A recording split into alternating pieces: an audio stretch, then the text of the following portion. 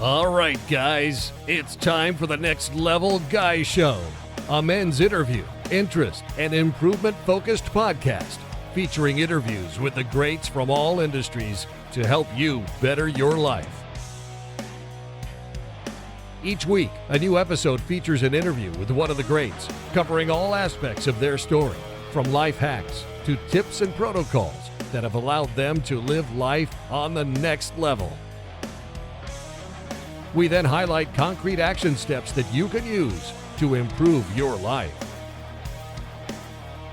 And now, your host, Ian Dawson McKay.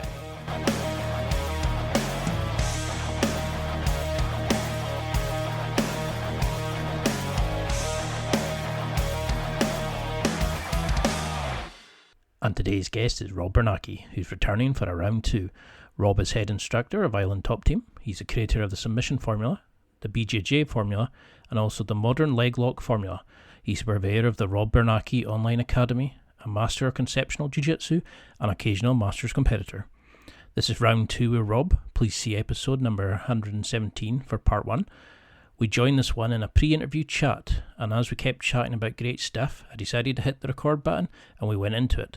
That's why there's no formal intros at the start. This is more of a chat than a normal interview, and Rob is fantastic throughout. And in this interview, we discuss key insights to Brazilian Jiu-Jitsu competing, how to prepare physically and technically for competing, why you don't need more cardio to be a better competitor in most situations, how you can strengthen your mindset for BJJ competitions, a key rubric to focus on in your Jiu-Jitsu development, and so much more. And now, let's get to the interview. Like the idea of competing, but it's that moment of like, where do you go? How do you plan this? Because if you're not doing this full time, I'm training week in, week out, really pushing it, going for every competition you go to, how do you go from a hobbyist to a competitor? I can't seem to find anybody that can say that. You're either hardcore one way or hardcore the other. Okay, well, let me push back against that notion first of all, because I would say that there's very much a wide spectrum of competing and how to compete, and it's nowhere near as simple as the distinction between you're just a hobbyist or you're a hardcore competitor. Again, from personal experience, so hopefully I can expound on that a little bit. And let me ask first, have you ever competed before? Unless it's in the gym, like the team challenges and stuff like that, but not actually. Other schools have come in and we've had a bit of a fun time, but not a proper competition. Okay, but so that's an example of that is somewhere along the spectrum. So, for instance, at our club, we have. Are you familiar with the quintet tournaments? Not really, unfortunately. Okay, so quintet is I believe they're a Japanese promotion, and what they do is they put together teams. So the name quintet comes from the fact that there are 5 members on each team. And it's actually, if you haven't watched it, I highly recommend checking it out. There should be a few of them available on YouTube. And if not, then anybody with a Fight Pass subscription, I think, can get access to the older ones. Right. Is this like when you see the zombie and all that kind of stuff, and they go in team after team, I think I've seen some of it. It's basically the matchups are you have you have a weight limit for the whole team. So if your 5 guys can't weigh more than, I don't know what it is, like 800 pounds or something, who knows? I can't remember what it is. So basically there's a ton of strategy involved. And I promise you I will circle back to competing overall, but this is kind of an interesting version of competing, because most people who have the opportunity to compete in jiu-jitsu are going to do it as individuals, even though, you might sign up for a tournament as a part of a team or whatever, but you're definitely going out there and winning or losing as an individual. So the quintet format brings the team aspect to it. And so the strategy is really interesting as to how you set up your lineup, who's going to go first, who's going to go second, because the format is submission only. And if there isn't a submission, both parties are eliminated. So you basically, it solves probably the main issue with submission only, which is that it's at least submission only with the EBI format, which is that if you suck at jiu-jitsu, you can still stall and make it to overtime. And you can't do that in quintet. So you get much more interesting, aggressive matches. And there's a lot of coaching input in the sense of like not necessarily like cornering somebody through the match, but there's a lot of coaching input in figuring out how your lineup is going to go and trying to figure out how the opposing team is going. Anyway, it's a really interesting format. I personally think it's easily the most entertaining format for jiu-jitsu competition. And I happen to think that it's a phenomenal way to introduce people to competing. So we do these at my academy every few months. We have an in-house quintet or quartet, and basically however many people show up, we divide them up into teams, and sometimes there's enough for teams of 5, sometimes there's only teams of 4, whatever. And it's the exact same format. Submission only. If you don't sub the person, they are eliminated. So if you're the sort of person who wants to get into competing, but you've never competed before, this is the perfect introduction to it, because their weight is not directly on your shoulders alone. You can be very inexperienced, you can be a beginner, and you get put on a team, and even if you don't win, even if you get submitted right away, your team can still go on to win, and you can, for example, contribute to the team effort by eliminating someone who's a lot better than you by just being able to last through a round. So I think that like as far as the spectrum, that's the best way to start. That's the best place to start. If you're a jiu-jitsu practitioner, you've never competed before, you want to compete, but you're really nervous about it, this kind of in-house team-based competition is pretty much perfect. I really like that, because that was something that everybody kept going about, how it's your own personal journey, your voyage of discovery and all this kind of stuff. And at no point did anybody really sort of talk about the team aspect of it, how to work with your team is, to build each other up and stuff like that. There's all these like Gracie Barra philosophies, but everybody I've seen compete from my gym have always done it on their own. And a lot of them are not allowed to compete under the Gracie Barra name. And I'm not quite sure. I think there's something about you have to be a member of the team, the competition team, and all this kind of malarkey. But right. I was just finding that like the whole political aspect of it, it just seemed a bit kind of like, surely if you're a member of a team in a gym, you should be a member of that team out. And it shouldn't matter if you win or lose. It should be great to be getting your guys out to compete. I just found it a bit strange how they were doing this. And I felt like I was completely on my own, sort of preparing for this. I mean, I'm 37 now. And, I got into this late. I was, 36? Absolutely loving it. Got my blue belt.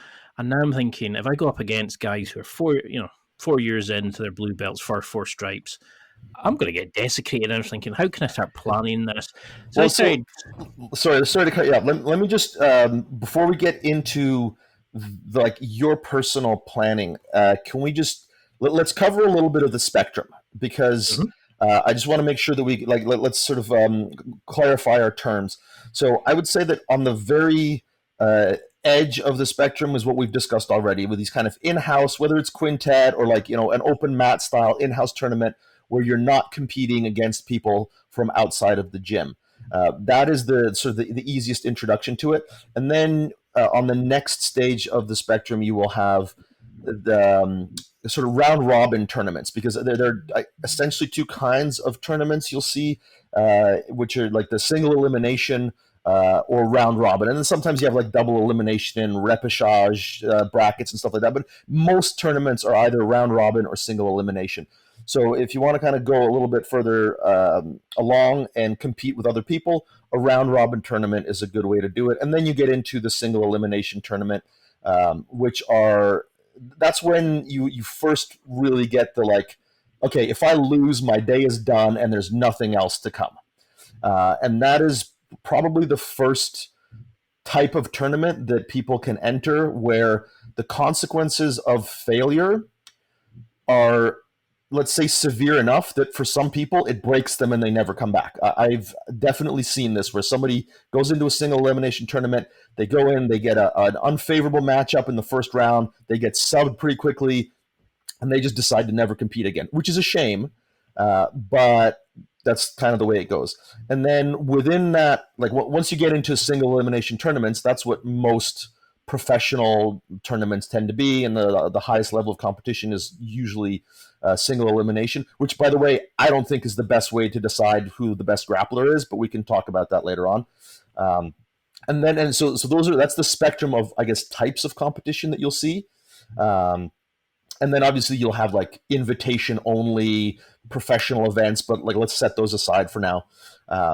So within that spectrum, you have different ways of competing, and then we have a spectrum of types of competitors. And depending on how much you want to subdivide that, we can go anywhere from very casual hobbyists who might do a couple of tournaments at either just their lower belts or maybe even at each belt level, to pretty serious hobbyists who train multiple times a week and like to compete, to, I would say, what we would call like high level amateur athletes, guys who will do multiple tournaments at each belt level. They will win tournaments at their belt level in a local kind of tournament format, but will never go to, like, let's say Pans or Worlds for IBJJF.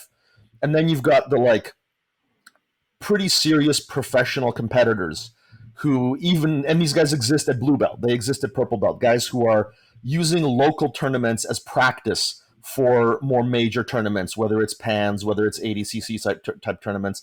And then obviously you've got your elite full-time grapplers who are, high belts who are trying to win at the world level. So, and then you've got guys who are like doing professional invitation only type tournaments on the sub only scene, which are kind of a close equivalent, although not at the same level of skill, to the elite level guys that are trying to win at the world level. So I don't know how many categories I mentioned there, because you could still subdivide it between those. But you've got at least, let's say, half a dozen, maybe more, different types of competitors that fall anywhere along that spectrum.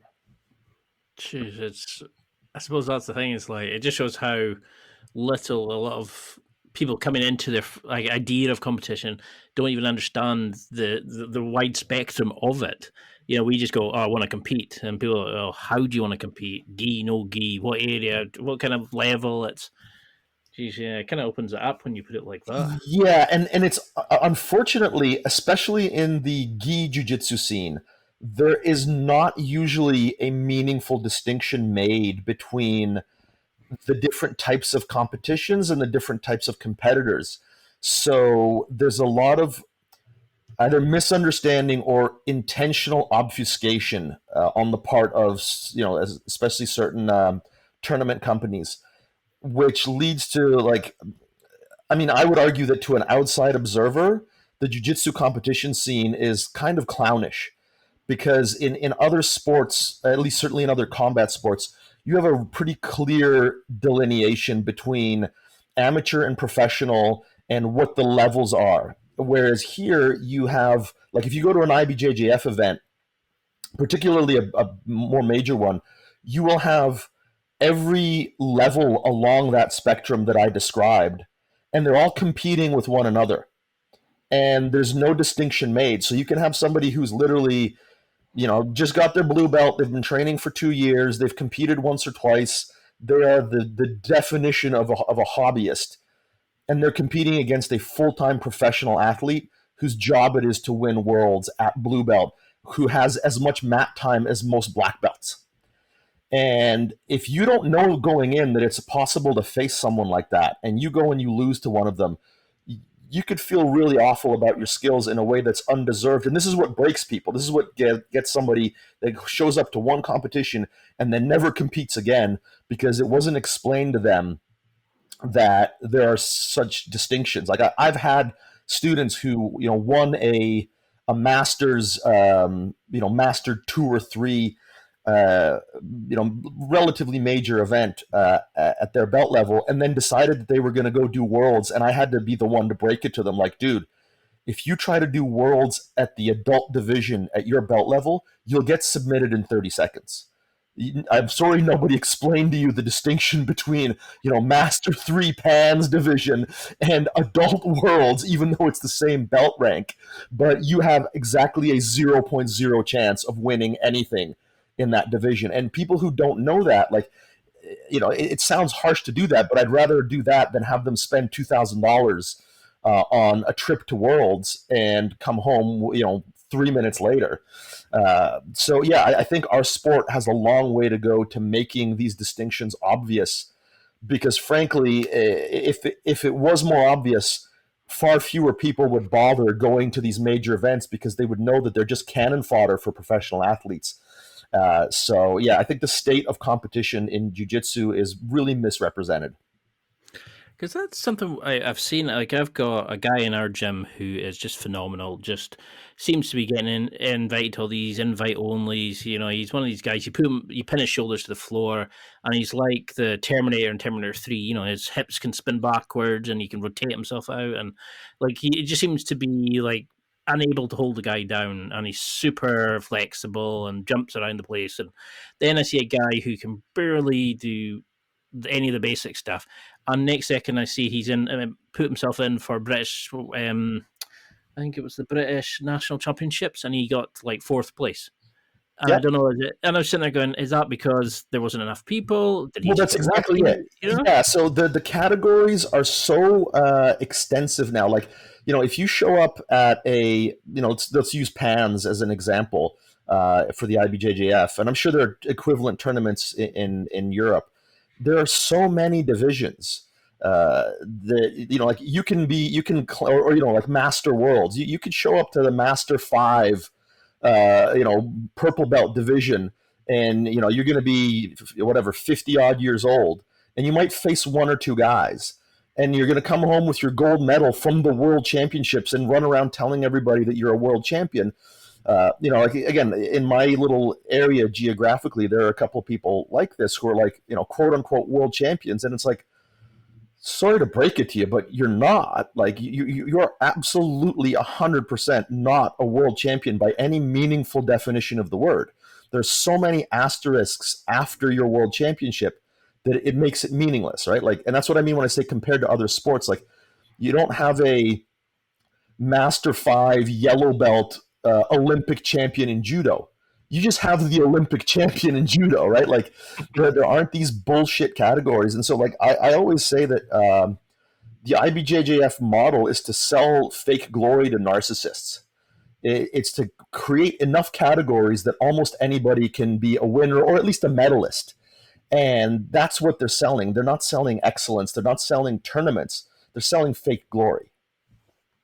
Because, like, one thing for me, for example, is like I wanted to do it for years, and I was always so, like, my self-esteem and confidence were nowhere near what they are now. Like, I would self-sabotage as soon as I start getting, like, in the light, and people started saying, oh, you're doing well. I would always end up giving it up as soon as it got hard, or like fucking it up for myself, kind of thing. Yep. And for me, it was just, if I could get in and start training, and then I thought, I really like this, I'm actually good at it, and I kept going well.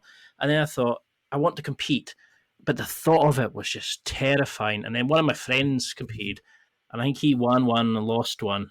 And then I seen a white belt came on, and she got like, she won it heel hooking 3 different people at white belt in some competition she did. And I thought, there's no way they match the same in quality wise, because my friend was like a blue belt, lapel guards, all this kind of stuff. And I just thought it's unfair on him, because, and it's like, just because you maybe don't know the moves, you get beaten at white belt level, but at blue belt level, it's the level of experience. And then I started thinking, well, like, I want to compete, and then all the COVID situation, I was ramping myself up to do it.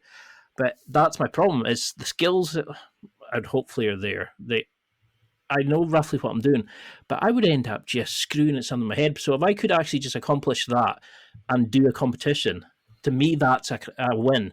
But like you're saying, for somebody who's coming in and using it as a warm-up to a big championship, they don't see it as we're going to boost his confidence. He sees it as, cannon fodder, Yeah, that's exactly it. So let me let's get into a little bit of like how we want to prepare for a competition. And what I would first try to get someone to understand, and I do this with my students, because we actually have a really good record in competition. Like, despite the fact that we are a hobbyist school in every sense of the term, like, I've had a couple of students that have ever competed at any kind of high level, and it's extremely infrequent. And even the guys that do compete somewhat regularly, they are very much hobbyists. So what I have to try to communicate to everybody from the outset is very much let go of the pressure to be successful, because that's actually like the upside of being successful in competitions as a team is that it's good for your reputation and you get some notoriety, especially in a small town. We get our name in the paper because we win tournaments. But the downside is, for an individual student, they will go into any tournament, even their first tournament, and they're going to carry the weight of the team's name on their shoulders, and they're going to feel like, man, everybody else wins gold. If I don't win gold, I'm blah, blah, blah, blah. I'm letting the team down. I'm letting myself down. I'm this, I'm that. And so I have to go through the process of trying to get them to let all that go, because first off, the results of any like individual match or any individual tournament they could not be less relevant to our team as a whole, and even to them as an individual. The biggest thing that I try to convey to people about competing is that it is just, I guess we kind of talked about this in the previous episode about how like everything is a skill. Every individual subset of jiu-jitsu is a skill, and competing is very much its own skill.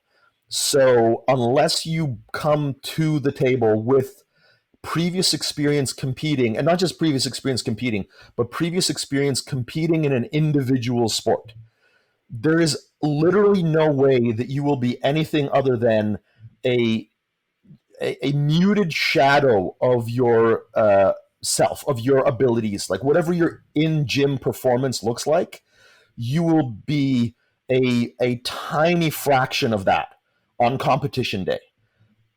And so when you look at your skills in the gym and what you're able to do and who you're able to roll with, if you have a pretty good idea of kind of like where you stand amongst your teammates, amongst the guys who do like to compete, just know that, and what their results are. Like, it's pretty common for people to use somebody else, white belt Joe, who's never competed, will look at white belt Jack and be like, well, I roll pretty well with that guy, and he wins tournaments when he enters them, therefore I should be able to do the same. But if you don't take into account what white belt Jack's competition experience is, then you're going to be in for a very rude awakening. So like, your in the gym skill has got almost nothing to do with your competition day skill. I've got some students at my club that are remarkably skillful in the gym. The kind of, the sort of colored belts that will tap visiting brown and black belts, and without a ton of trouble. But they'll go out and compete and they'll just shit the bed horribly.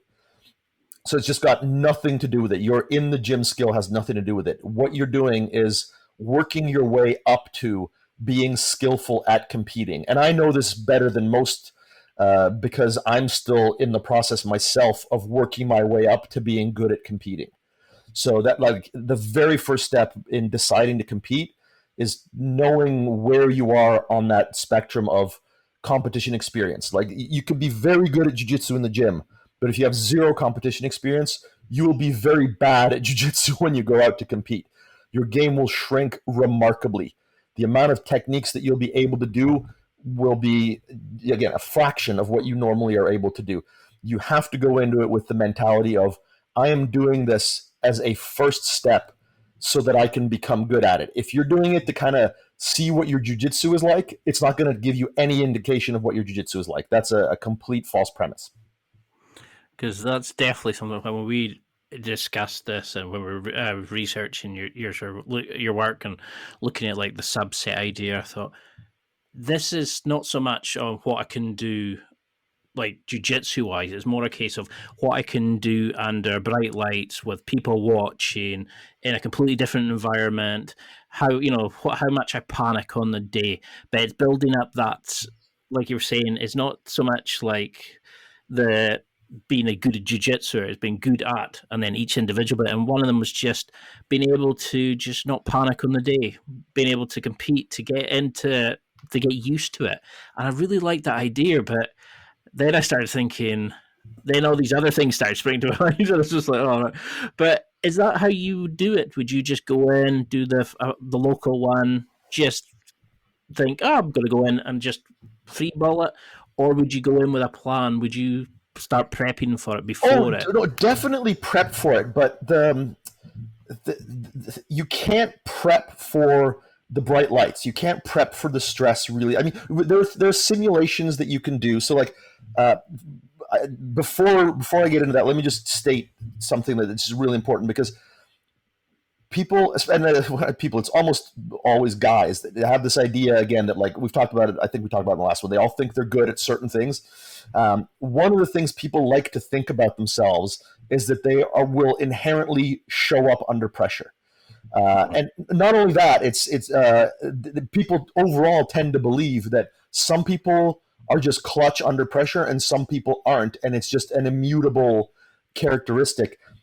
And I don't think that's true at all. I think that if you've never been put in a stressful situation where you have to perform a difficult skill, then you're not going to be good. No matter, like, there's no one's just going to show up and be super clutch at something under pressure right off the bat. You might be, like, genetically predisposed to being skillful. Like, there's certainly people who are just good athletes and they learn quickly, but there's still the factor of becoming good at competing. And so I think people put too much pressure on themselves in that sense, where they're like, okay, well, I'm going to show up on the day and I want to see how I do.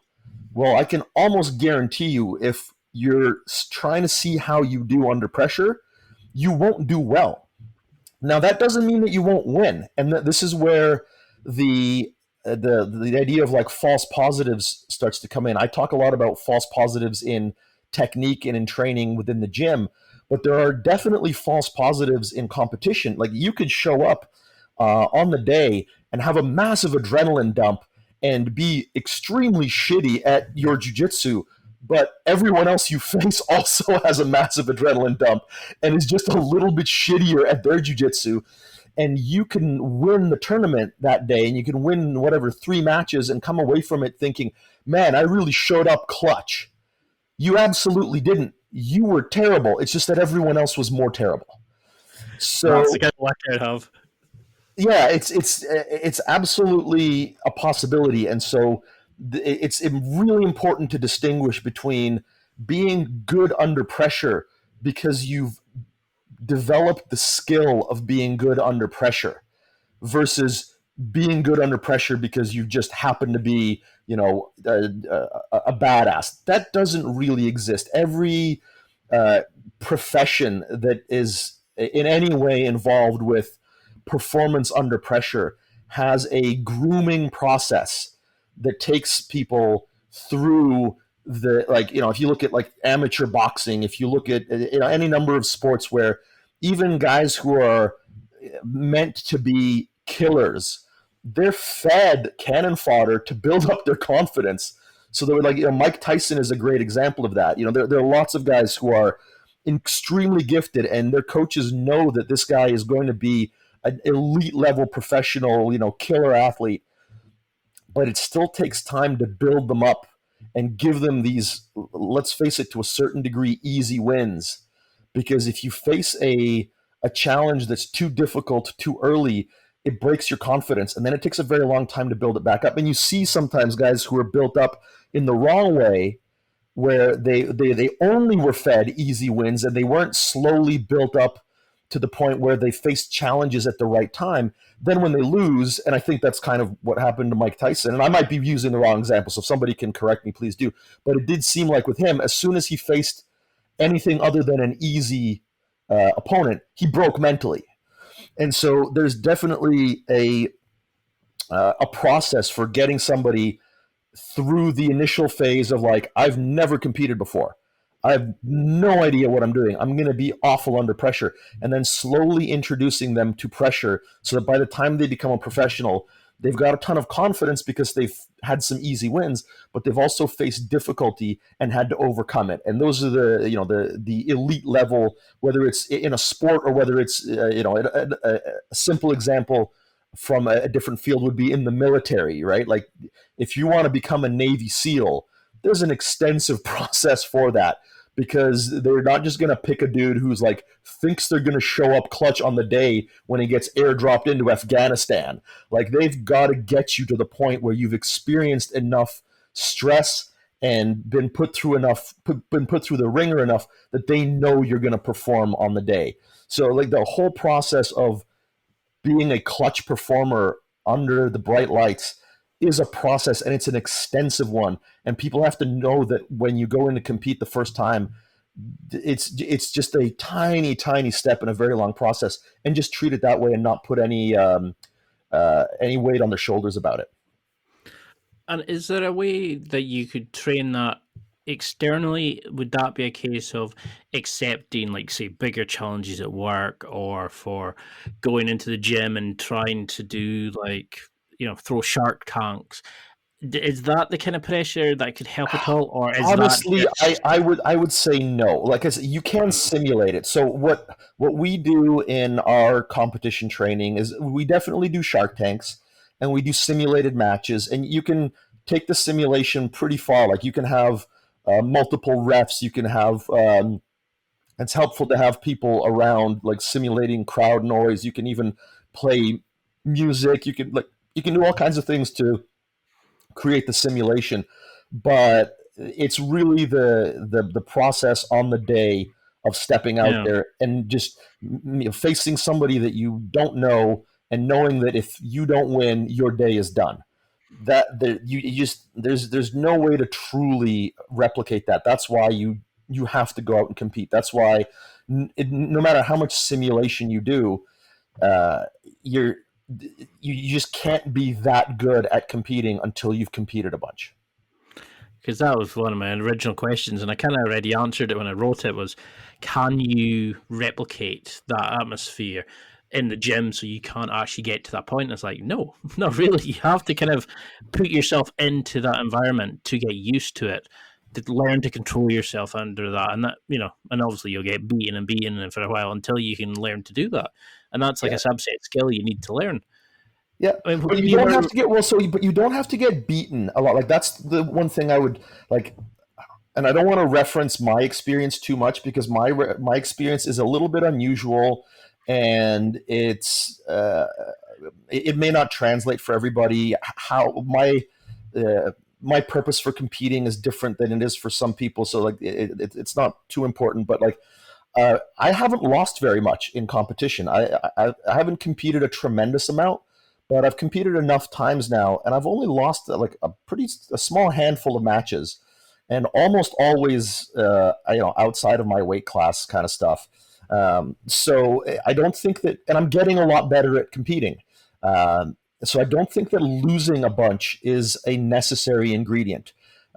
In fact, I think losing too much just is counterproductive. So I do think there's something to be said for just the mentality that you take on prior to the tournament. It will help reduce the amount of competition that you need to derive the benefit. Like if you go in with a bunch of pressure around your performance, I think that's more detrimental, and I think you'll have to compete a lot more to get over that.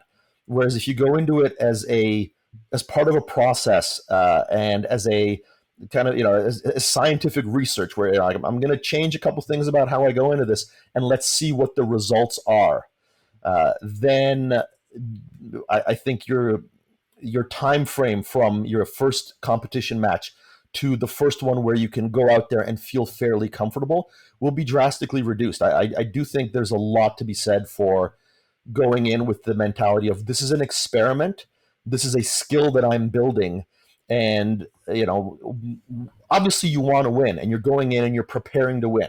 Like I'm not trying to advocate for like fuck it, like you said, free ball it, just show up and whatever happens happens, because that takes a lot of responsibility off your shoulders, and it allows for this very easy excuse that, oh, I wasn't taking it that seriously, I wasn't out there to win, I was just out there to see what I could do. No, you're out there to win. You go out there and you're trying to win, but also know that part of learning how to win is learning how to compete, and don't put too much weight on your shoulders about it.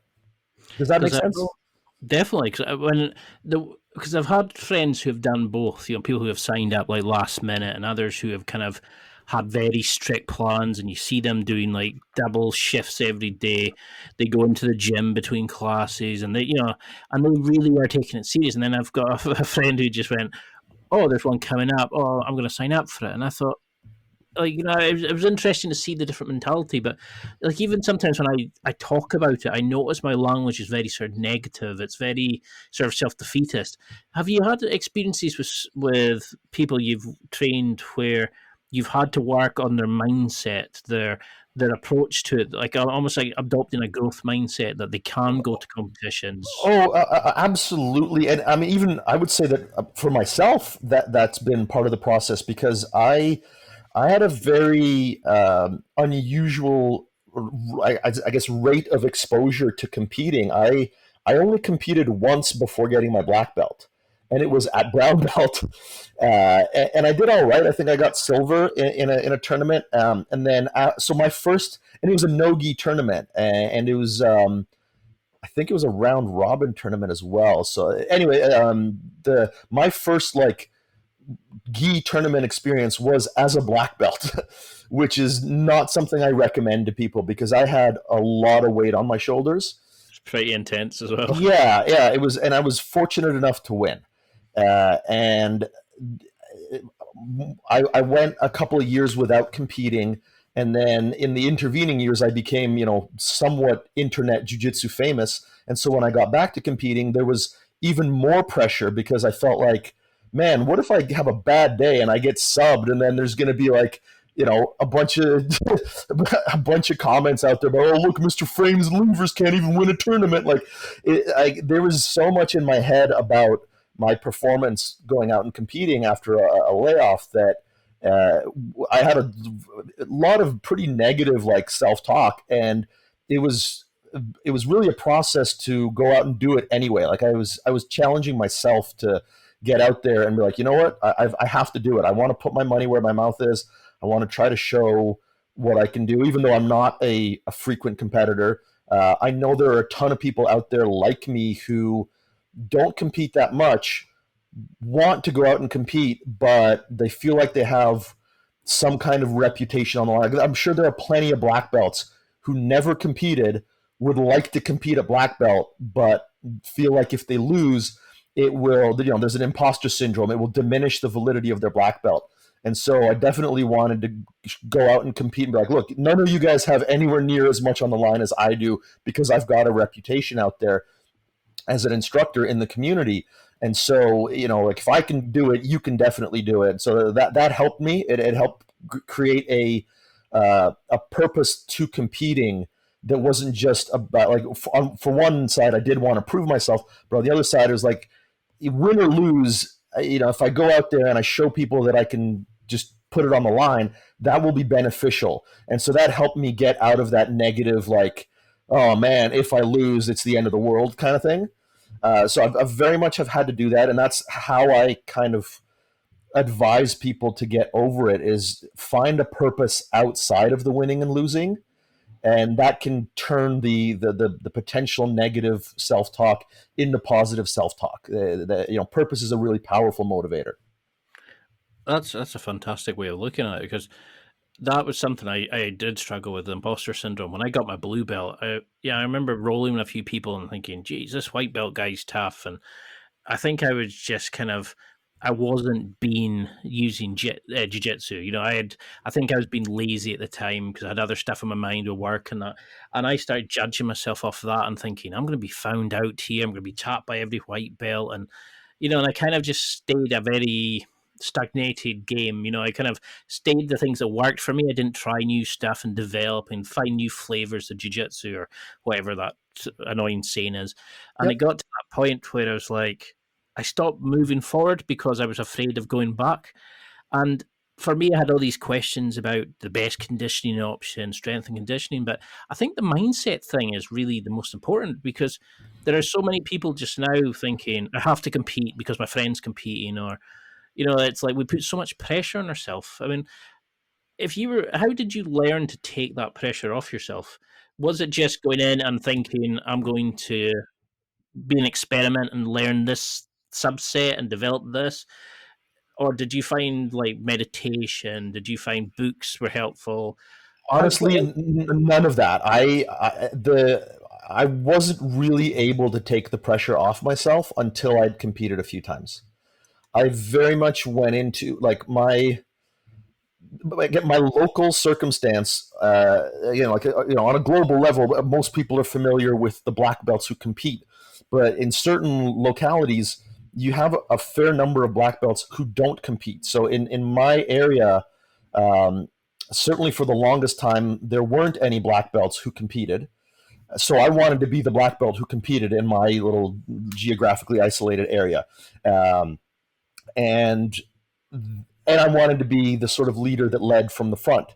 And so that was just a personal, uh, I guess, a personal benchmark that I wanted to meet. I didn't want to encourage people to compete if I wasn't going to do it myself. So the pressure that I put on myself early on, and then again later on, was very much it was significant, and I didn't find a way to get around it. I just found a way to turn it into a positive. I don't think that the pressure goes away, and I think the people who are looking for, or the nerves go away. I think the people who are looking for a way to get rid of that stuff they're in for a rude awakening, because I've spoken to some incredibly experienced athletes, and world champion level guys, and they still get nervous. That doesn't go away. It's the desire to reduce anxiety is a really powerful one. I think if people start to reframe it as excitement, that's the only trick that I think works for some people, is that the excitement and fear and anxiety they basically feel the same. It's just how they're interpreted by your brain, by your nervous system. So if you can turn it into, I'm excited to go out and compete, and that started to happen for me. Like there was a point where I reached recently, like just before I did I did Nogi Worlds in 2019. So just before that, I started to get out there and be able to go and have fun. And I would go out and compete, and I would have a goal of specifically doing certain things. Like I would go out and compete, and I want to do this technique in the tournament, or I'm only going to use these techniques in the tournament. At one point I had a Nogi De La Hiva formula instructional coming out. So I went out and I competed, and I tried to showcase techniques from that instructional in a match that I did. So I got comfortable enough with competing that I was able to, I guess, put pressure on myself about different things. It was no longer about, oh no, I'm worried I'm going to lose. It was, can I pull off these specific techniques that I'm going to try and do? And the pressure became a lot more positive pressure and a lot more negative pressure. So I would advise people against trying to get rid of the pressure and the nerves, and just channel them in a positive direction. Because they did say that, I think it was Tyson, they were saying that he used the fear of humiliation, and he used it as a beneficial means to progress. And I was thinking, I've tried that, where you use a bad event or negative memories to kind of fuel you to go on. And all I found was it just made me fuck up. It made me annoyed, or it made me not want to even compete or to take part in jiu-jitsu. And I thought, I'm definitely somebody on the side where I need to switch my mindset to, take the pressure off, but I'm going to do X, I'm going to try this. I'm, like you're saying, I'm going to go in and use it as an experiment. Yeah.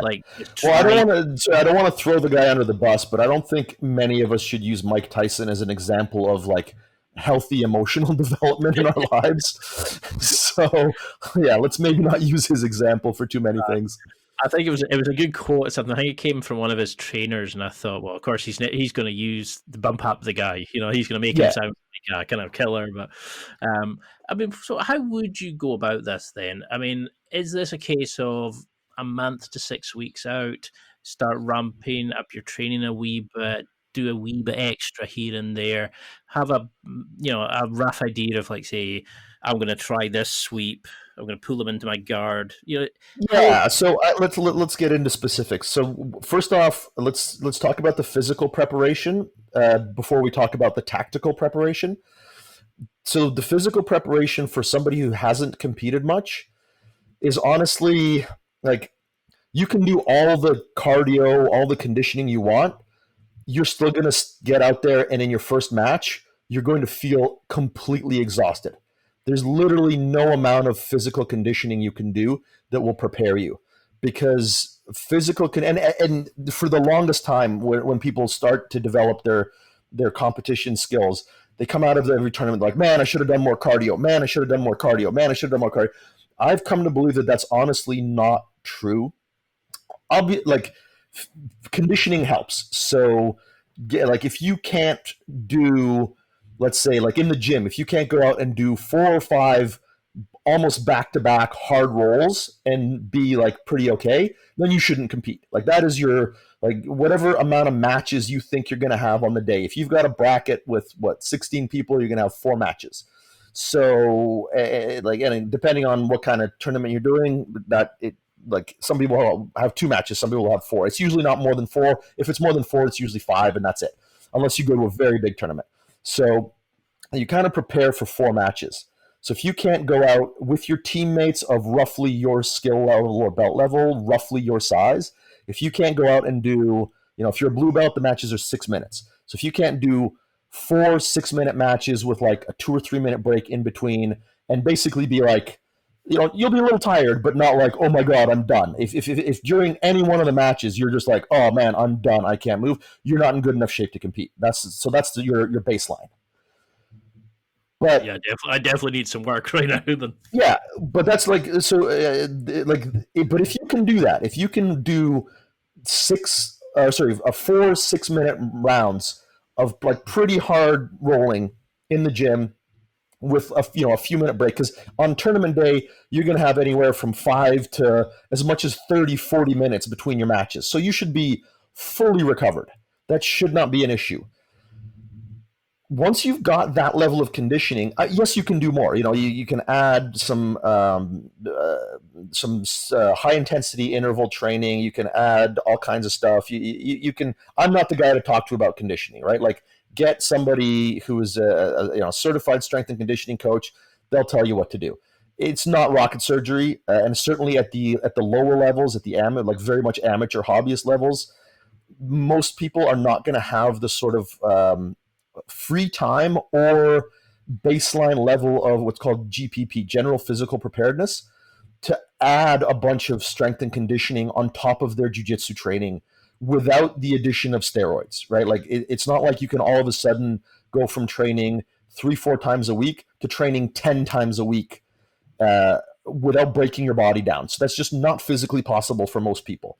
So just don't worry about it. Get yourself in good shape by doing jiu-jitsu. Do a couple of extra conditioning sessions a week that allow you to properly recover.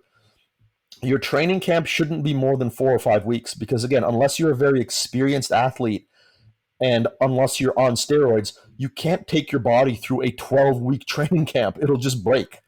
So it's a matter of probably a month, maybe 5 weeks, where you're just going to slowly ramp up the intensity, do shark tanks, do some simulated matches. And if that gets you ready for that amount of matches, great. If not, maybe wait for the next competition. There's no sense in going if you're not at least basically physically prepared. But no matter what you do with your conditioning, the first few times you compete, you will absolutely blow your wad, and you will draw the wrong conclusion from it, which is that you need to do more conditioning. Most people who compete semi-frequently don't need to do more conditioning. They need to compete more frequently. You'd be better off competing once a month than you would be doing an insane amount of strength and conditioning and competing once or twice a year. It's time for a quick break. There are millions of potential products to buy, so how do you know which ones are worth your hard-earned money? Simple. You go to nextlevelguy.com/affiliates and explore those that will transform and improve your life. You'll find deals, listener exclusives, and special offers with some great companies. Recommendations are 100% honest and only on items Ian has tried or believes in. The companies showcased will make you a better man in all areas of your life. Simply go to nextlevelguy.com/affiliates and level up. Because I assumed that would be a case of like the very first roll you would gas, you'd adrenaline dump. Massive adrenaline dump. Because that's the thing, is like some of my guys from the gym, they're in there training like every session, lunch and evenings training, using the gym. But a lot of these guys, they're either at school or they're coming in with a six-pack and they go to college and they've got no other responsibilities. And I'm working like a full-time job as well. I'm 37 and I was thinking, I can't keep up with that. Like and that's why I loved when I found you talking in one of your interviews was like, you came into the gi rolling a bit older, so you built a system to sort of accommodate it. Because when I initially thought, I'm tall, long, I quite like the idea of spider guard. And I read up all these sweeps and stuff, and I thought, brilliant. And then the next article I read, somebody said spider guard was obsolete. Everybody knows that. And I was just like, for the love of... Like, then I liked the idea of you, though, where you were saying, you look at it as in terms of levers, arches, like wedges. Look at it in terms of how do I use the concepts to create a system from it. And I really like that approach. So it doesn't really matter what your opponent's doing. You build something that works for you. Use it. And does the concepts then allow you to just say, it doesn't matter how your opponent comes to you or what guard they use, you can always just think, okay, where's the lever? Where's the wedge I can put in? Where's the... Yeah, so this is a really important distinction between, amateur, hobbyist, lower belt competitors and the elite professional type competitors, which is as a, let's just say beginner to intermediate grappler, there are going to be situations that you haven't seen before that you don't have a prepared answer for. And if you don't have a conceptual understanding of what's going on, then you're fucked.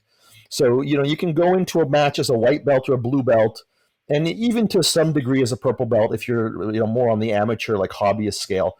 And there are just guards or sweeps or whatever that you won't have much experience with.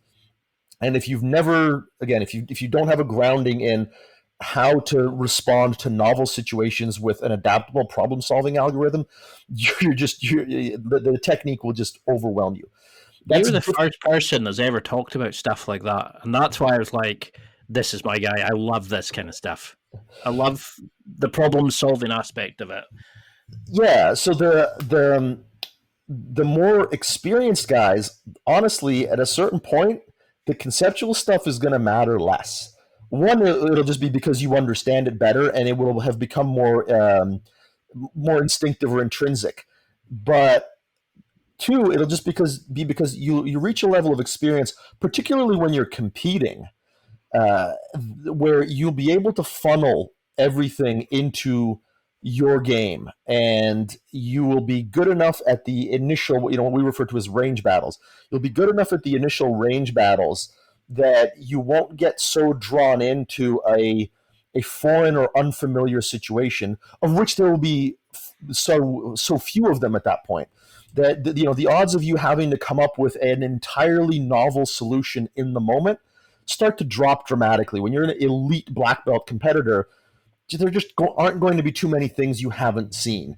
So it doesn't mean that it goes away completely. There's certainly going to be times where, and again, it won't, like by the time you're competing, it won't be, on a conscious level. You will just access levers, you will regain base, all that stuff will happen in the background pretty automatically.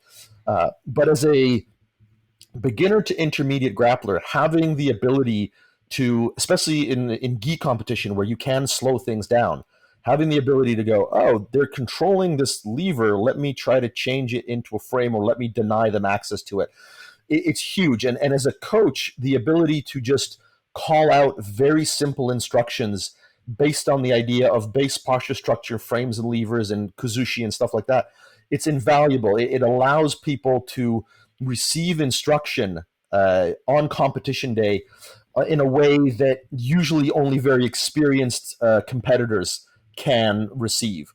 So yeah, the process of I guess internalizing or understanding the concepts for a beginner, it can't be overstated. If you want to go out and compete and be learning how to compete in a way that's interactive with your coach, because and again, this is something that we can talk about it, but really, if you don't have a coach that's going to go out with you to competition, which a lot of people don't, unfortunately, I have seen a lot of tournaments where people are showing up and they don't have a coach, so that sucks, and that's on their coach for not being as invested in their students' growth. But if you do have a coach who's going to show up, or if you don't have a coach, if you have a teammate who's going to show up with you, and you know it's going to be the same teammate, if you both have the same language that you're speaking, you have the same vernacular terminology that you're going to be using throughout the matches, then as you compete, you're not just learning to compete in the sense of your own skill set and what you're applying. You're learning to compete in the sense of listening to your coach, and your coach is learning to be a better corner man for you or for the other students through the application of this conceptual vernacular. So it definitely changes the experience for the beginners and the intermediate guys, where they're going to be able to use and apply this stuff in a way that is not going to be nearly as applicable for the experts. Because the other day I was listening to one of your interviews you did with like Stephen McQuan, Yep. and you were talking about like how just having like a submission on, I think it was the Alignment 2.0 episode, you were talking about how when you had an armbar on, it wasn't always enough to tap somebody out, like a higher level. Then you need to break their alignment to actually to get them to tap. Whereas you would need to have control of two joints when you had a submission on to get somebody likely to tap, because you could just crank the arm at one point, if you didn't block it another. It would, like all these kind of concepts. And I was thinking, I've never been told that. We had to kind of find a lot of this out on our own, or me and a training partner. We kind of pushed it and said, what happens if you did this? How would you do if we took this move and rolled it into this? And I've learned more just from listening to you in a podcast than I think I have from my coach. And unfortunately, we don't have the coach who then comes to the competition. We have training partners who they seem to have like a little group who go and compete at the same time. And I was wondering like how to use them. And I like the idea of having a kind of a commonality in the language and the approach so we can support each other. What kind of mistakes do you normally see in, is it the fact that people come in and they immediately think, right, I'm going to pull guard, I'm going to scissor sweep you, I'm going to do X, and then they don't have a backup plan, or they don't know how to think on their feet? Yeah, so I guess that's a very good way to segue into we've talked about the physical preparation. The tactical preparation is actually, to me, that's the most fun part, and it's the part that's it's really easy to prepare people tactically for matches. It's really simple. I don't want to say easy, because that's a really important distinction. I would argue that for most people in their lives, the solutions to most of their problems are very simple. That doesn't mean that they're easy. Like if the problem in your life is that you're overweight, the answer is incredibly simple. It's work out and eat less. That doesn't mean it's easy, right? So the process of tactically preparing for a competition is really simple. You're going to go out and you need to have a way of getting the match to the ground. For most beginners to intermediate people, I don't recommend that they have that method be a takedown, because it takes more time and it's just more difficult to develop a good takedown game. If you've already got one, if you've come to jiu-jitsu from wrestling or judo or even rugby or American football or whatever, where you know how to tackle people, then sure, go for it. But for the most part, you're better off, at least under most rule sets, you're better off pulling guard. That's your way of getting the match to the ground. One thing I hate seeing is two white belts doing 5 minutes of bad judo and never getting the match to the ground, because their whole plan was, well, I'm going to go in, I'm going to get a takedown, honestly, unless you have like really overdeveloped takedowns for a white belt, you're probably not going to get a takedown. It's just like or unless the other person just has absolutely no takedown training and for some reason they've chosen to stay standing. And again, you will see that. So you'll see that false positive of somebody goes out, hits a totally garbage throw on some poor white belt who wasn't told that if they don't know how to do takedowns, they should immediately pull guard, right? I see that in the gym a lot. Yep. Oh yeah, you see these two. Yeah, like I've in my gym, I've often will like I'll see a relative beginner start a roll standing with like a higher belt, and I'll just be like, "Yo, do you know how to wrestle?" He's like, "No." I'm like, "Well, then sit the fuck down. What are you doing? You're gonna get thrown on your fucking head, right?" Like, we don't need to be macho about that kind of crap. Learning how to do takedowns and receive takedowns is a very specific skill, and if you're not doing it properly, don't fuck around with it because you'll just get injured. So, like, if you're going to be a dilettante about takedowns, don't do them. Just sit the fuck down. So that's the first thing is like, for the most part, most people in most tournaments for their first little bit, they should just pull guard. Just get it over with. Get really good at it. And when we recommend guard pulling, we recommend that it be a guard pull to a sweep. So we're not really pulling guard. We're pulling sweeps. We're pulling directly to a tripod sweep or like a Yoko Tomonagi type sweep, or we're pulling directly into X guard or single leg X or De La Hiva. Like, you're not just going to some random guard that you're not going to have an immediate chance of sweeping the person. That right there will take care of, especially for white belts, that will take care of the first part of the match. If you have a guard pull to a sweep that you're good at, and then you have a backup plan for that one, you basically have a guard that you're going to play and one or two sweeps that you're going to be trying to do from that, and you've got good guard retention, which you should. If you're entering a tournament and you don't have guard retention, don't enter the tournament. If all you're capable of is, I'm going to pull guard and do this sweep, and if that fails, you're going to get your guard pass, don't enter the tournament. Have guard retention. If you don't have guard retention that's good enough at your belt level that most people at your belt level struggle to pass your guard, then you just shouldn't be competing. Because everyone who competes regularly on almost any level has decent guard retention relative to their belt level. If you don't, you're at a bad school that doesn't teach guard retention, and you shouldn't go out and compete until you learn how to do it of your own volition. So if you understand that tactically, if you understand that if you've got decent guard retention and you've got a couple of sweeps you can go to and you're going to go out and pull guard, then you're good. You're going to be fine. And then if you get on top, you're going to get on top from one of your sweeps, which means you know exactly the position you'll be landing in, and then just develop one or two passes from there, and you're good to go. If you just sweep someone and pass their guard, there's basically no way you can lose. So if you know nothing else, if you don't know how to finish from side control, you don't know how to finish from the back, who fucking cares? You've got enough tools, like tactically, you can do that. The same way that you can tactically take somebody like Nicky Rodriguez, who is a, obviously very good jiu-jitsu practitioner on a global scale, but on the scale of ADCC, total beginner, but has enough wrestling ability that he can negate the rest of the jiu-jitsu exchanges. You can very specifically prepare for a kind of tournament and have maybe 10 or 20% of the overall skill of the other participants. But if the skill that you have within that 10 or 20% is incredibly well developed and your tactics are on point, you can win the tournament or place or do really well. So say then, following that kind of idea, which that's an amazing set of game plan, and I love how you've broken down this bullshit kind of overcomplicated idea I had in my head of how I was going to do it, and the extra stuff I was focusing, like the idea of just, can you roll hard 4 to 6 minutes for 4 rounds of 6 minutes? No. Well, don't compete yet. Is your guard retention up to scratch? No. Then don't repeat.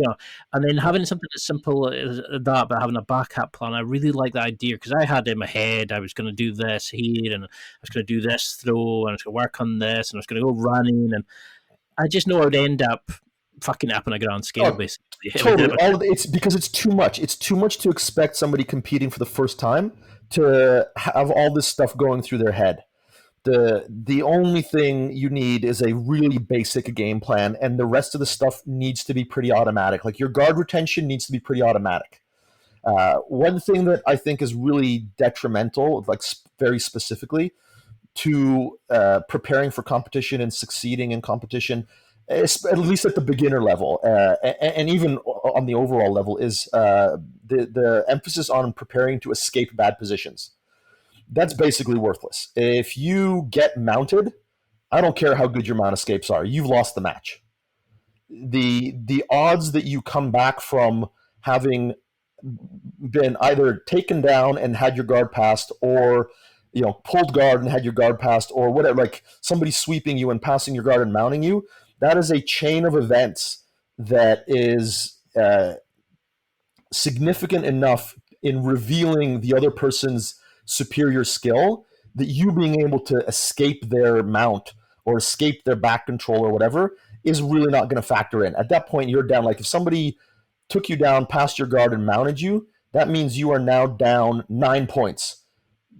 It is almost impossible to make that up. Yes, you could maybe pull off a submission victory, and I'm not saying it doesn't happen, and I'm not saying people should give up if they get mounted. What I'm saying is if you're preparing for a tournament, like if as a white belt or a blue belt, one of the things that you're really good at in the gym is escaping, that's going to mean nothing. And like if you're the guy who gets their guard passed but always reguards, that's not going to help you in a match. You're just going to reguard and get your guard passed over and over again. You're going to lose 20-0. So there are a lot of skills that people think are important in jiu-jitsu. And it's not to say that they're not important overall to be a complete jiu-jitsu practitioner, but escaping bad positions, which is what most people learn at white belt, right? Like the white belt's the survival belt. You learn how to escape the mount. You learn how to escape side control. You learn how to reguard. You learn how to do all that. If that's the kind of school you go to where that stuff is emphasized and you don't have guard retention, you don't have decent passing or sweeping, then, I mean, you can compete, but if you face somebody who comes from a school where they've developed any of the other skills, you're just basically guaranteed to lose. Those skills do not matter when it comes to winning a tournament. Because that was the other bit of the research I was doing when I heard you talk about, you were saying about, about mount escapes, I think it was, and you were saying like, what's a common thing that you're taught? It's like they grab the arm and the trap roll. Yeah, trap roll. I'm trying to remember the exact. We have a slightly different term for it, and I was just looking, thinking, and you were like, "Yeah, well, you're going to do that on somebody a high level person? No, that's not going to work." And I was thinking, well, what should you do? Should you just stop and stay and wait till they make a mistake and come forward? But like you're saying, somebody who's highly skilled is not going to do that. They're going to know their game plan. And by the time you actually get ready to do that, they've already initiated their plan, and the chances are you're going to fail.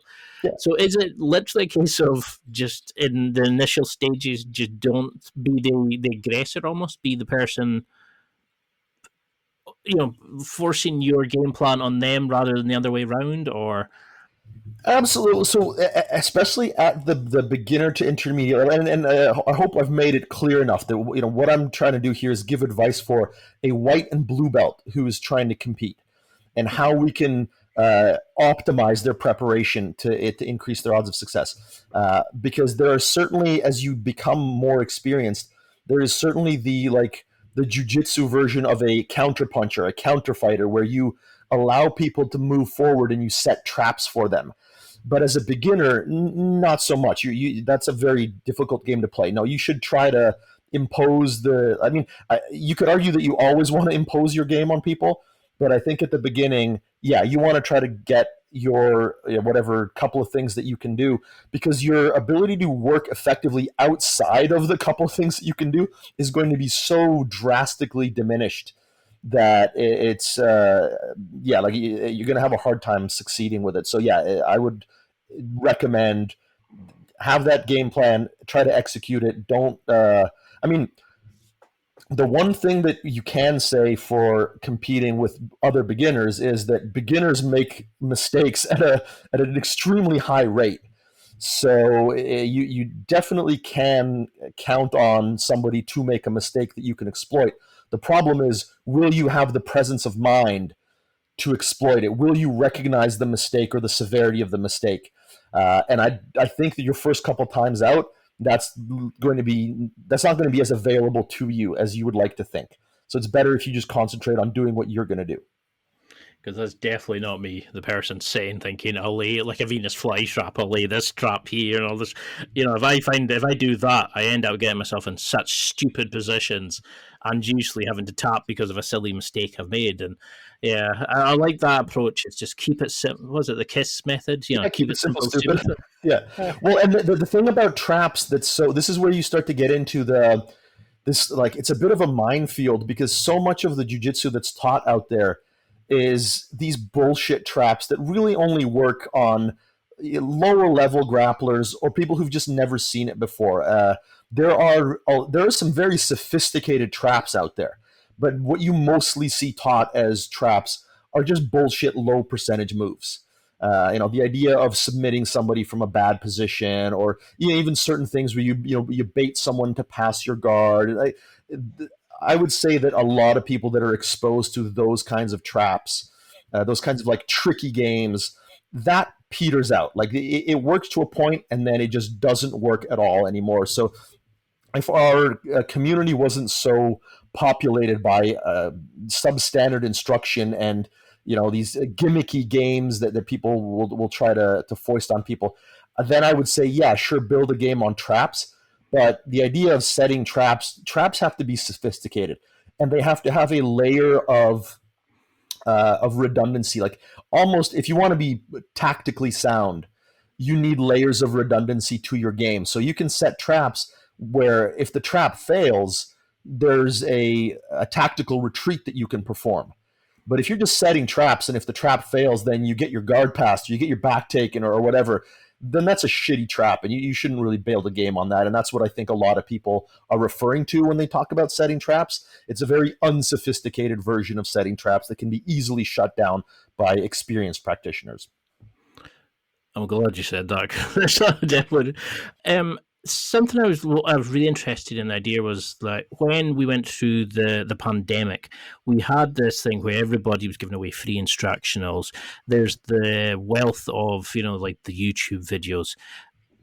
How should somebody now? I go to Gracie Barra, and I'm not just bitching on them. I'm sure ATOS and all the likes of those have the same kind of things, where they expect you to use their brand of jiu-jitsu, their subs, their escapes and stuff. Is it worth looking on YouTube and finding like a good, from your strongest position, picking like a certain Darce maneuver and practicing that on a free roll with a teammate? Should you look at an instructional and think, oh, that's a good sweep to do? Or for your first few 100%, times? yes. Yeah. The wealth of information that's available right now online is phenomenal. That's not to say that there isn't a bunch of bad information still out there. So I would say absolutely, with the caveat that if you know how to find good information, if you're going to reputable sources and you find stuff that works for you, 100%. If you're going to use it as a crutch or as a substitute for proper learning, in other words, if you're going to try to cheat the process, like you see a lot of people will go out and seek out wacky submissions and come back to their gym and do a bunch of low percentage crap that happens to work on their teammates because they've never seen it before. Like if you're looking for a shortcut, then don't do that. I would actually warn people away from that sort of thing, because you're going to go down a lot of blind alleys. Whereas if you go to the right sources, you get good information. I absolutely recommend it. Nobody should be a carbon copy of their instructor. Obviously, your instructor should influence you, and you might play games that come from your instructor to a pretty extensive degree. But everybody should be developing what works for them, especially if you're just a hobbyist. Like, this is fun. This is something you do as a recreation. And jiu-jitsu should be a form of self-expression, even if you compete. It's just that if you're interested in competing, it's probably even more so incumbent on you to not just mimic the game of some like local instructor. If you're mimicking Andre Galvao's game, that is as competition proven as it gets. So yeah, I don't think you can go wrong with getting good instruction from elite people and adding that into your game. I think that's super beneficial, even and especially for competition. Like the again, I think I mentioned the idea of like the majority of instructors out there, and the majority being, probably more than 50%, are teaching stuff that works for them against other like lower level practitioners. Most coaches, most people who own jiu-jitsu gyms who haven't competed, all they're really doing is just moves that work on their students, moves that work on other people who don't compete that much in a non-competitive environment. So like the standard of efficacy for techniques in a lot of gyms is just, it's really poor. There's a lot of stuff that gets taught that's just, I don't want to say it's garbage, but like it's pretty close to it. It's certainly, it's certainly ready to be recycled if it's not garbage. So if you can find something that's a level above that, then go for it. Because we had them a couple of years ago, it was like a year and a bit ago, when I first started, we had done like, say, 5 main guard passes against like foot and collar guard, spider guard, and like how to pass them from there. And then we used to do like 5 minutes where you would just go through, and the training partner I have is brilliant, where we would go through it step by step by step, get as many reps in as possible. And I started feeling like I could do it in my sleep. And it's like these guys that pull the guns apart where they're blindfolded and reassemble them. It's like a sort of therapeutic thing. And now we've switched to this kind of training where it's like, this is the best, this is where I want you all to go when you're rolling. And it's like maybe a headquarters position for somebody who's small and nimble, whereas I'm a big loon, and I struggle from certain positions. And I have a pressure passing kind of game that works best for me. And I don't like being told, no, do this because that's what works against somebody their side. And this is where I was struggling was, do I go down the Gracie Barra approved route, or do I say, yeah, I'll train that, I'll get the movement in, I'll get the rolls in, but I'll also work on developing my own stuff that I've seen on YouTube and, do it. I mean? This is honestly this is less a competition question, and this is more a question of trust or faith in an instructor or in an academy. And unfortunately, a lot of people don't have that, and that's a shame that they don't. And it's not their fault; it's the fault of the instructors. If you don't have the ability as an instructor to create an atmosphere where people can develop a game that works for them, then that's a little bit on you. Now, having said that, you can be a really good instructor, and you can have that kind of atmosphere, and there are still going to be people who feel like they can do it better than you. Like the Dunning-Kruger effect is a very real thing. And there are going to be people who don't want to take the advice of an instructor, even when that instructor is giving them excellent advice. And there are sometimes things that, like, there are games that are counterproductive to try to develop as a beginner. There are things that you're better off trying to develop. Like, for instance, I'm really weary to try to teach beginners pressure passing. Pressure passing is subtle.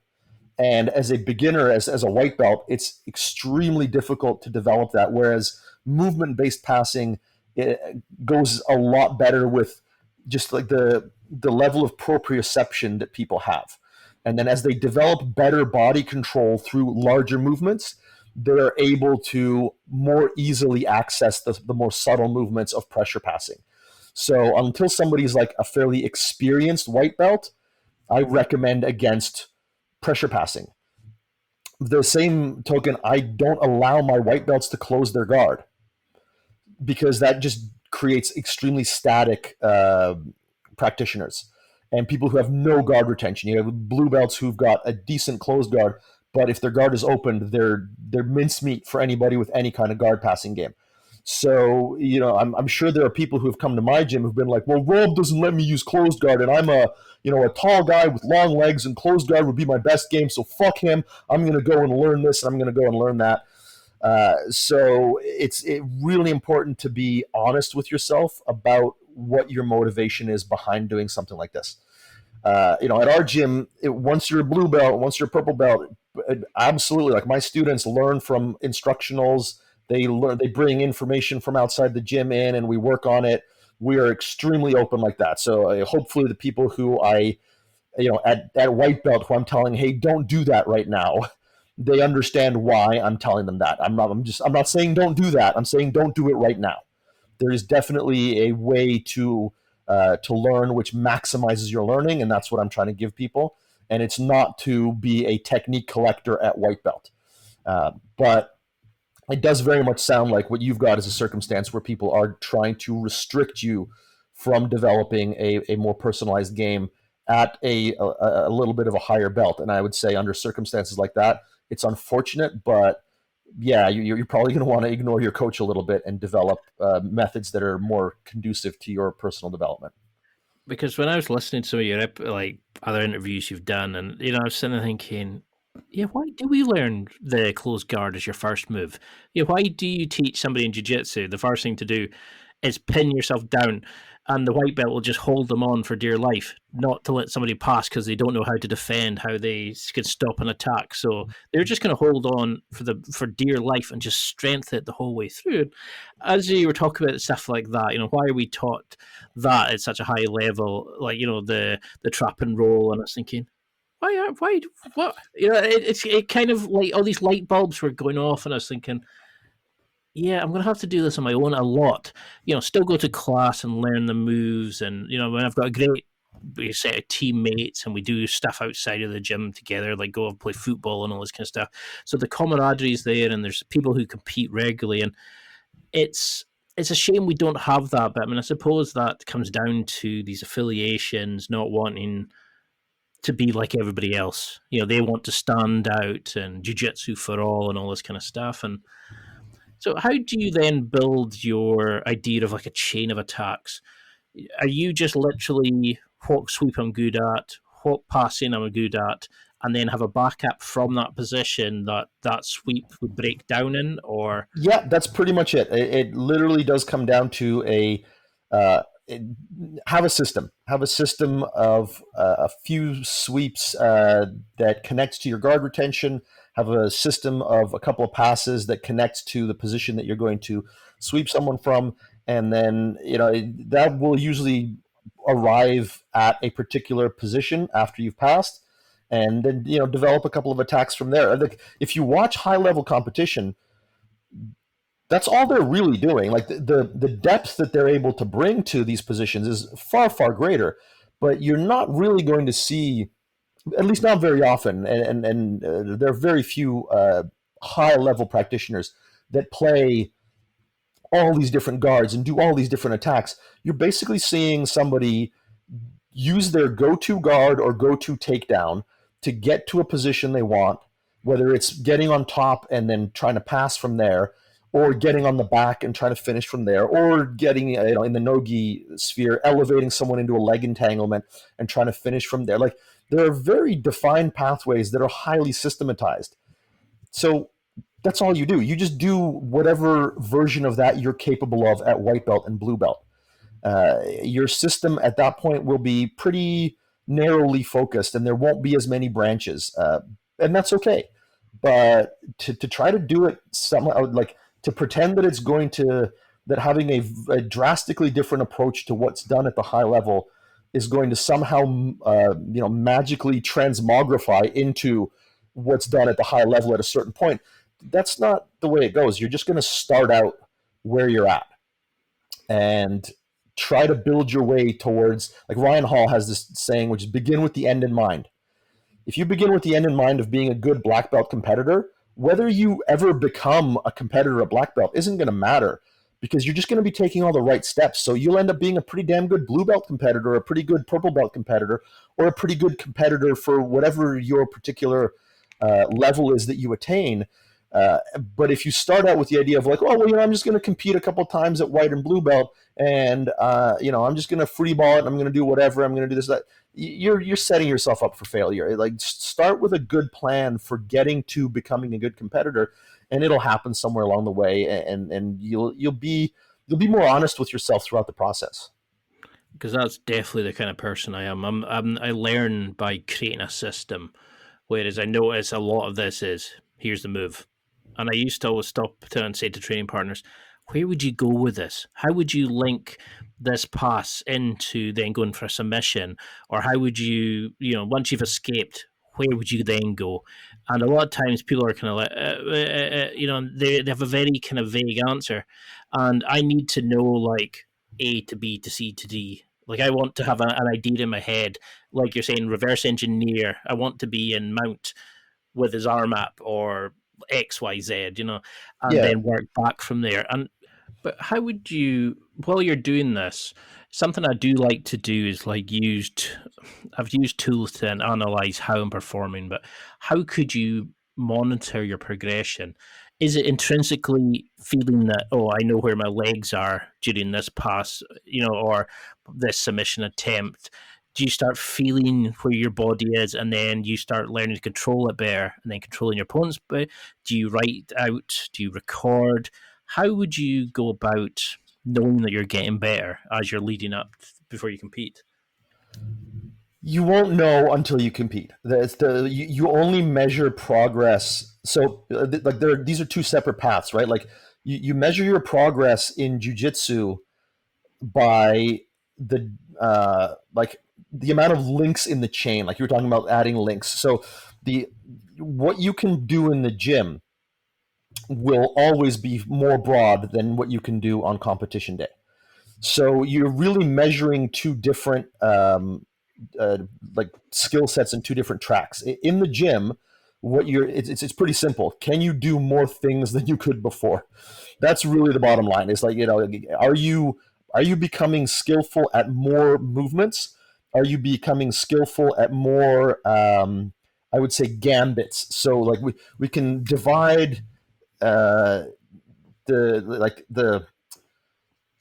your ability in jiu-jitsu into a couple of things, right? Like we can talk about the purely physical exertion of movements. And so by that rubric or by that metric, as you develop more movements, you are more skillful at jiu-jitsu, provided that those movements are contributing to your effectiveness. Because one of the problems with being a move chaser is you can know a bunch of moves and even be able to do a bunch of moves at certain times, but your overall effectiveness as a grappler isn't improving. Like, I would argue that if you're somebody who knows a bunch of wacky submissions from weird places and you occasionally catch people in them, but you get your guard passed an awful lot, then you adding to the amount of movements you can pull off, that's not really making you better as a grappler overall. It's making you able to occasionally derive Hail Mary, success from Hail Mary movements.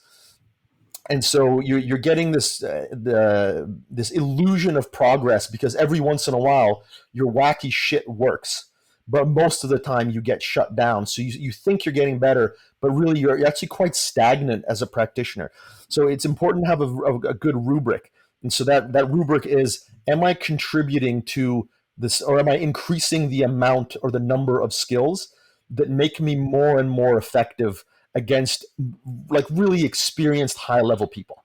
If you're getting better at at murdering blue belts as a purple belt, but you're not getting better at surviving or competing well or having competitive roles against brown belts, then you're not really improving. If you're just adding on to your ability to dominate lower skill people, that's not real improvement. So that's one rubric for improvement. And then the only way you'll be able to measure your improvement for competition is going to be on that day. Are you able to execute more of the skills that you developed in the gym? There's no way to measure it leading up. You can be pulling off new movements a whole bunch leading up to a tournament, and then you go out there and you try to do them, and you're not able to pull them off. And by that rubric, by that measure, you did not improve as a competitor. Even if you won, if you went out, you won, and you did great, but you couldn't pull off any of the new movements, then you improved maybe as a function of, like, let's say you didn't get as nervous, you didn't gas, your conditioning held up better. Then you improved as a competitor, like in the sub skill of competing, you improved, but you didn't improve your competition jiu-jitsu So like we're subdividing even more, right? Like we're talking in gym jiu-jitsu versus competition jiu-jitsu versus competition efficacy and coolness under pressure.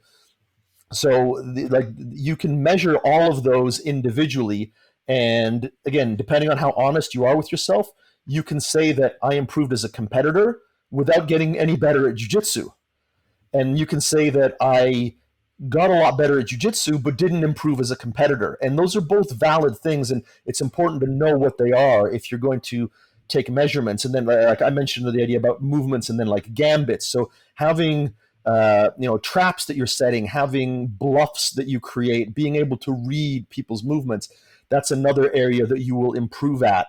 And again, you may improve at that in the gym, but you didn't improve enough as a competitor to be able to apply it. So there are tactics and strategies and gambits that you will improve at without having improved your individual physical ability with certain movements. Did that all make sense? Definitely, because I was thinking in my head while you were saying it, was like, yeah, I definitely did that where I would be, I would be sort of beating up the lower kind of less skilled people, and I was kind of going, yeah, I'm still good, but I wasn't kind of really pushing it, I wasn't challenging myself, and that kind of hit home a lot. I mean, it's something that I think that is also coming down though to like the lack of motivation. I just come off an injury, and I think I'm now realizing I put far too much pressure on myself, that I wasn't looking at this right as a kind of approach, and I was kind of still using like, tapping the less skilled members or the people who, like, I had a plan that could just override their best defenses.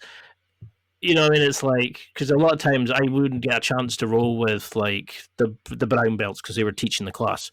Yeah. So we had maybe like a few purples and a few blues and occasional a few whites in there, and you didn't always get a chance to roll with the best people in the class because they had to go off or whatever kind of stuff. And I think that's the thing. I was judging myself off that, going, yeah, I'm still okay, but I wasn't really learning. I wasn't improving my repertoire of skills. I was just kind of using what worked, if you know what I mean.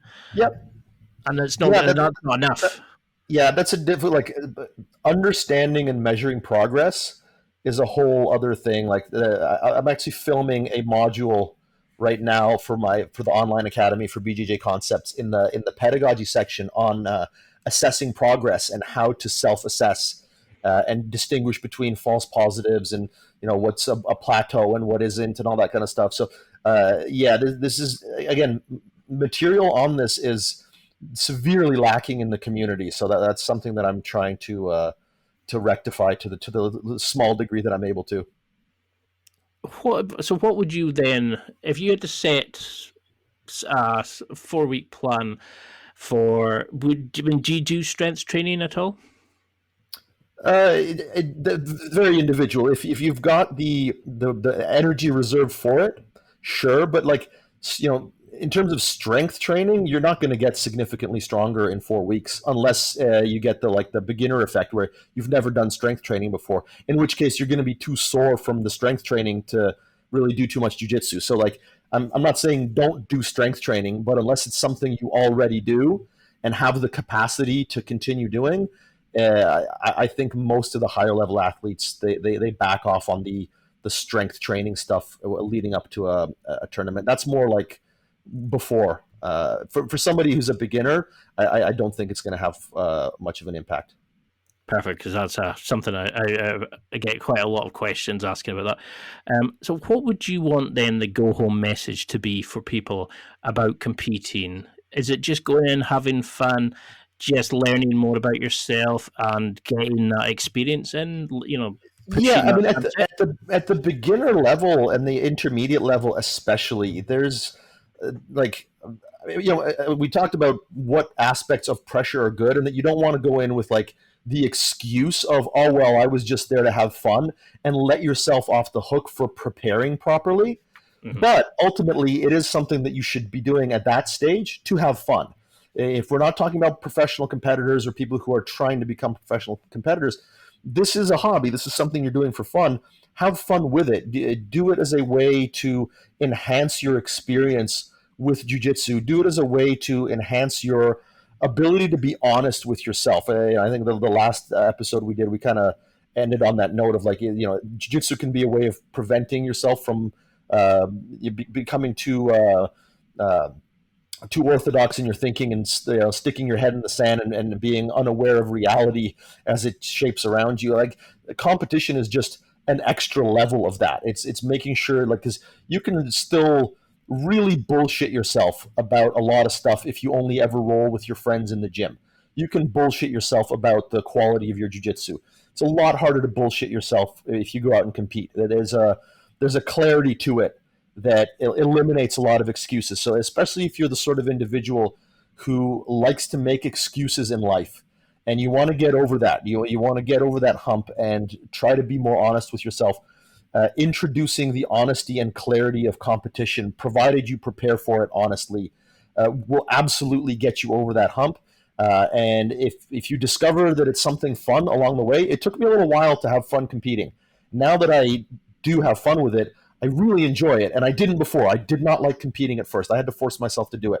So if you want to be the sort of individual who allows whim to dictate your life, then, for one, you're not going to be a very effective or successful individual at any endeavor. If you want an exercise or a format for overcoming whim and developing discipline in long-term goals, which is where true freedom comes from, then over and above jiu-jitsu itself, competing in jiu-jitsu is an incredible vessel for that. I love that. That's why I can tell just chatting to you is so good, because it's making me think of all these additional stuff, and it's hard to keep focused because there's so many things. I'd love to know your understanding of it, or to get some knowledge about it, so we definitely got to do this again. I mean, it's just blown me away finding your material, and to see you're so helpful and understanding and positive. It's great, and I know so many people are going to get something from this. But for people listening who want to follow you, connect with you, the social media, how can we get in touch? How can we follow? How can we sign up for your website, etc.? Yeah, absolutely. I'm on Instagram at Island Top Team, and my online academy is on Instagram at BJJ Concepts. So you can definitely hit me up there, and just BJJconcepts.net or .com if you want to sign up and try some of this stuff out. I'm really good about responding to messages and emails and stuff like that. So if anybody sends me a message and doesn't receive a reply, just message me again. I almost never miss messages from people, but I'm sure it'll happen here and there. And when I have, I definitely get back to them on the second try. So don't think that it's that I'm too big time to answer your question. It just probably means it got lost in the shuffle, might have ended up in my spam filter or something like that. So definitely reach out. I try to be as responsive as I can possibly be.